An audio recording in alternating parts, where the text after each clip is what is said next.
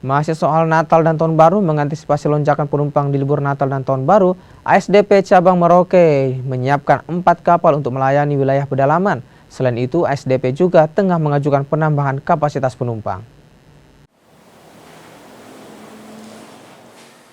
ASDP Cabang Merauke Papua Selatan mulai mengantisipasi kemungkinan lonjakan penumpang di libur Natal dan Tahun Baru 2026 mendatang. Lonjakan penumpang diperkirakan akan terjadi untuk tujuan daerah pedalaman seperti Kimam dan juga Timika.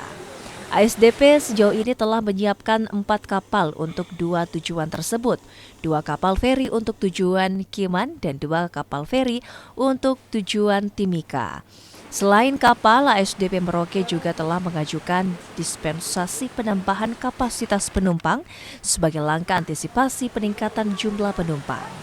Untuk lonjakan sendiri, kita sudah meminta untuk dispensasi SKPP-nya ke Ditkapel di pusat dari 88 hingga mencapai 200 penumpang untuk mengantisipasi lonjakan itu sendiri.